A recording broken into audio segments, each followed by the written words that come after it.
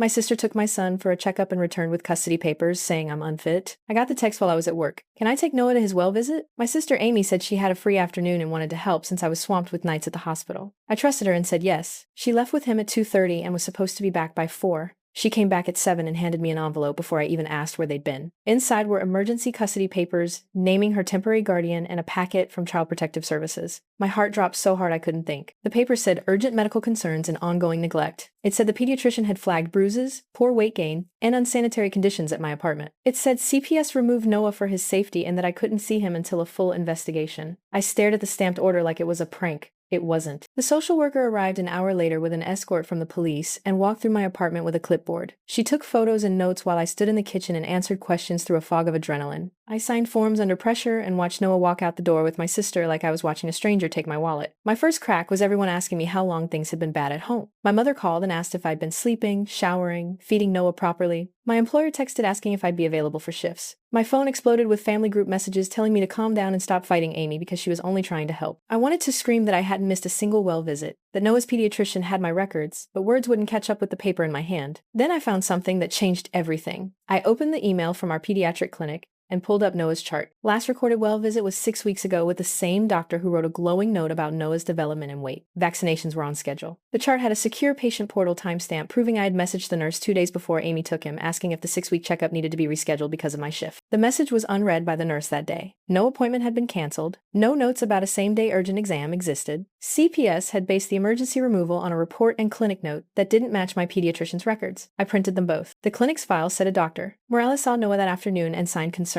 My pediatrician's chart said no such visit happened at our clinic. I called the clinic and got transferred to records. The woman on the other end checked and then said their Dr. Morales didn't work at that location anymore and they had no record of Noah that day. I felt my chest hollow out. I took the printed pediatrician's concern from the CPS packet and compared the header to the clinic's logged forms. The fonts didn't match. The letterhead looked off. The PDF file metadata showed it was created on Amy's laptop the morning after the removal. My parents started to fray. My mom texted that Amy only did what any good sister would do, that I must have been struggling. My dad called me at work and asked if I wanted to come home and talk this out before I made a scene. My aunt said I was being defensive. Nobody had looked at the metadata. Nobody had asked for proof. Everyone believed a stranger in a CPS uniform faster than they believed me. I couldn't breathe. I went to my neighbor Jenna's door and asked if her Ring camera had been recording that afternoon. She said yes and sent me a link. The footage showed Amy leaving my apartment with Noah at 2:28, carrying a diaper bag. The clip showed her get into her car, go to a nearby mall parking lot, and then drive to the pediatric clinic on Oak Street. The timestamp matched my work badge swipe that proved I was not the one supposed to be with Noah that afternoon. But the clinic sign-in log screenshot showed no patient named Noah or me that day. I sent all of that to my tiny legal aid hotline, and a lawyer actually called back within hours because this was emergency. They told me to get every paper, every message, every photo I had, and to request Noah's full medical record immediately.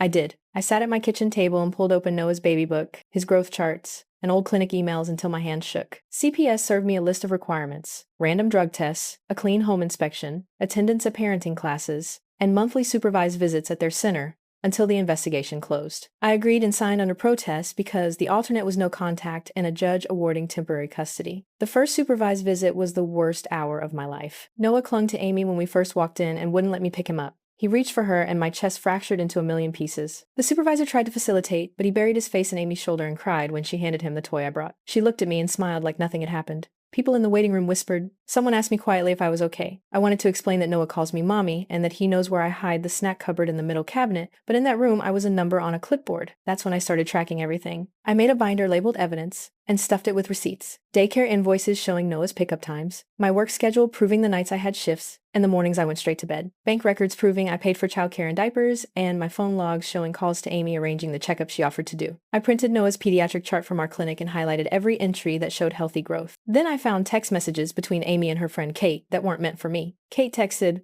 "Wow, we did it. She will never see it coming." Amy sent back a waving hands emoji, and, trust me, the doctor was freaked. I stared at the phone until the words blurred. I screenshotted the thread and saved the timestamps. The messages were 2 days after the removal. I took the screenshot to my lawyer. He told me we needed more. He advised a motion to compel production of the clinic's surveillance footage, the staff sign-in logs, and the raw CPS notes. He said metadata would be critical, and that if the clinic letter in the CPS packet was fabricated, a digital forensics report could prove it. The legal route cost money I didn't have, but my mother finally saw the text, and her face did what it had been refusing to do for weeks. She turned pale. She called Amy and asked if this was true. Amy texted back denial and said messages were taken out of context. My mom's tone changed when she walked into their house and saw Amy delete threads in a hurry. My mother came to me with an apology and a promise to help. Then everything fell apart at once. Amy called Mom hysterical that I was accusing her of lying and that I was trying to ruin the family's holiday when she was helping. She told Mom she had every right to get Noah to safety. 2 cousins picked sides. My aunt called me selfish for attacking her daughter. My parents started sleeping less. Dinner conversations dissolved into silence. Noah's school called asking why he hadn't been dropped off in a week and said they were worried. I stopped sleeping. I worked doubles and then sat in a car outside self-help meetings for parents while I scrolled receipts and called the lawyer. He filed emergency motions and subpoenaed the clinic. The clinic turned over a signed intake sheet with a patient name I didn't recognize and a note typed in a different font than their standard. The clinic manager admitted in a deposition that the intake paper in the CPS packet was not a form from their office, but someone else had printed it and signed a name that looked like Dr. Morales. The manager also produced a video of their front desk that showed no child with Amy walking in that afternoon. One low point was the social media post Amy started, with staged photos of Noah laughing in a park, and a caption that implied I was unstable and out of control. The post had hundreds of comments condemning me. My phone notifications started lighting up with strangers telling me I should get help while I sat in my car at the courthouse bathroom and sobbed into a paper towel. My boss wrote a note to HR asking if I was okay and told me to take unpaid leave if I needed to. The humiliation felt endless. The moment that broke me was the day I sat in the CPS conference room and listened to an investigator read a list of allegations that included things my sister had never proved but that sounded believable once they landed on paper. They talked about ongoing observations and concerns about hygiene and inconsistent caregiving. I handed over my phone and showed them the exchange where Amy asked for my password to check on Noah's vaccination record while I was at work. She had my login for the patient portal. She had access to our family calendar. She'd taken advantage. Something in me snapped into place there. I stopped waiting for apologies and started doing. I installed a home camera with cloud backup, collected school photos with teacher notes that said Noah was bright and well-fed, pulled my PTO requests, and compiled bank statements that proved every grocery trip for months. I paid for a private digital forensics firm and handed them the suspect pediatric letter, Amy's laptop metadata,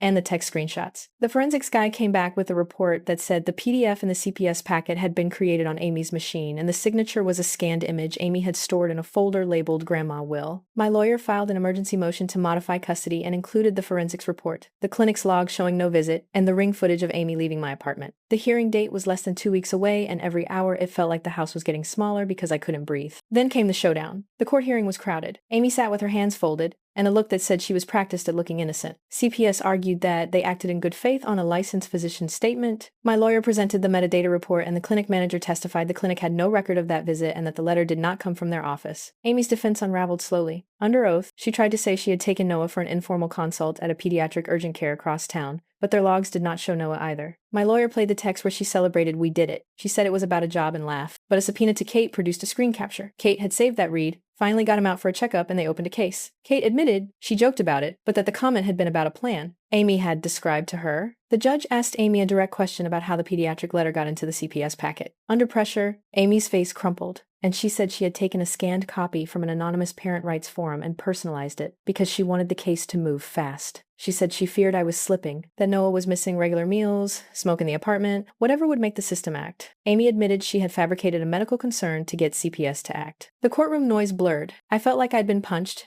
then like someone turned the lights on. The judge looked at the CPS supervisor and said the agency had overstepped in accepting an unverified document as sole grounds for emergency removal. He ordered CPS to issue Noah back to me immediately and lifted the temporary guardianship. He admonished Amy and instructed the family to enter mediation and parenting counseling. He warned that contempt charges could follow if any false filings happened again. No one cheered. No triumphant music played. I walked out of the courthouse with Noah asleep in my arms and the judge's order folded in my pocket. My sister's face hovered in the news of my family for weeks. She called and begged. My parents argued with her. My mother cried and said she had tried to protect everyone and had broken trust. After Noah came home, he needed time. He clung to me longer than before and sometimes woke in the night startled. I put our normal routines back in place. The bookshelf story before bed, the fridge magnet art projects, weekend pancakes on Saturdays. I changed all passwords and made sure only I could schedule medical appointments through the portal. I installed a second Ring camera facing the street and a log for everyone who picked up Noah from daycare. We had mediation with Amy and our parents. She agreed to supervise visitation for 6 months and to enroll in parenting classes. The mediation required her to admit to the court that she had fabricated documents and to write a letter of apology to me and Noah that would be reviewed by the family counselor. My parents agreed to family therapy and to keep open lines with me about decisions involving Noah. It wasn't perfect. My aunt still avoided me at gatherings. Some cousins picked Amy's side for months. There were awkward conversations at Christmas. The family group chat was smaller now and quieter. But Noah was home, and I was not parenting with the clock counting down in legal custody terms anymore. I rebuilt the trust slowly by being consistent. I kept every appointment, I photographed meals for my own peace of mind, and then deleted the habit when it felt stupid. I let the court order be the boundary and enforced it. When strangers asked what had happened, I told them simply, we had a family crisis and it was resolved in court. I stopped trying to get everyone to understand immediately and focused on what no one needed. Predictable nights, an evening bath routine, a lullaby only I used. Months later, Amy had a supervised schedule and came to the park on Tuesdays. She kept her distance and sat on a bench while Noah played. Once, she waved and he waved back. That was all for now. My parents came to family therapy and learned how to stop taking sides reflexively. They apologized in small ways and kept listening without defending her choices. The last paper I shoved in the evidence binder was the judge's order that closed the case and recommended counseling for everyone. I kept it along with the photos of Noah's growth chart that finally matched the worry-free emails from his pediatrician. The binder still sits on my bookshelf, not as proof I won, but as a weird relic of what it took to get my child back. I still don't know how to feel about any of it, but at least the truth is out.